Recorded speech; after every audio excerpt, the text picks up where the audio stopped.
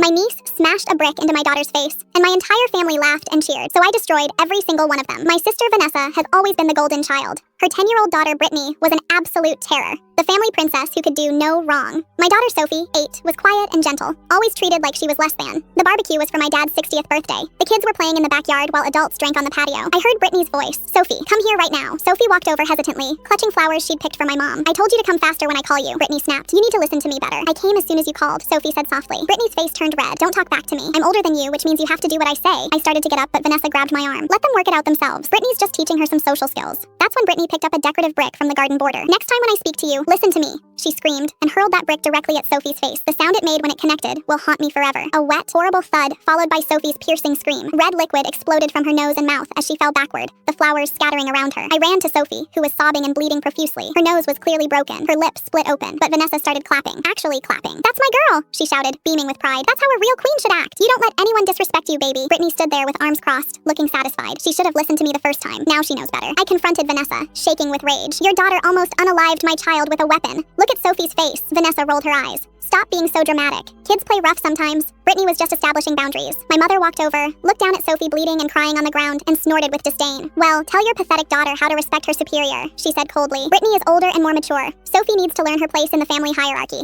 Uncle Dennis nodded from his lawn chair. "Finally, someone's teaching proper respect and discipline." The paramedics confirmed Sophie's nose was broken, needing stitches for her lip and possible concussion. As they loaded her into the ambulance, my father finally spoke. "Please bring us some beer on the way back. We're running low." Sophie's surgery took 6 hours. Broken nose requiring surgical reset, 12 stitches in her lip, severe facial damage. While she was in surgery, I made phone calls to a lawyer, to Child Protective Services, to a private investigator. Over the next 3 months, I quietly gathered information on every family member. Uncle Dennis hiding debts from his wife, my father facing an audit at the veterans charity he directed, my mother collecting disability while posting photos of herself hiking, Vanessa and Troy facing foreclosure, and Brittany's school records showing 7 violent incidents this year, including hospitalizing a kindergartner. 4 months after the barbecue, I returned to my parents' house on Sunday evening. Everyone was there, exactly as I'd planned. I walked in carrying expensive craft beer. "You remembered the beer," my father called out. "What took so long?" "Sophie needed surgery, physical therapy, and counseling. Plus, I've been meeting with lawyers, police officers, and social workers." The room went quiet. "Before we get to the beer, I wanted to share some information." I opened folders and started handing out documents. "Dennis, your divorce papers showing the $50,000 in debt you've been hiding and the second mortgage. Mom, your social media posts. Interesting for someone collecting disability for a degenerative spine condition. Dad, documentation about the audit at the Veterans Aid Society. Vanessa, Troy, your foreclosure documents. And Brittany's school records showing 7 disciplinary incidents, including hospitalizing a 5-year-old. I turned back to the room. I filed assault charges and civil suits.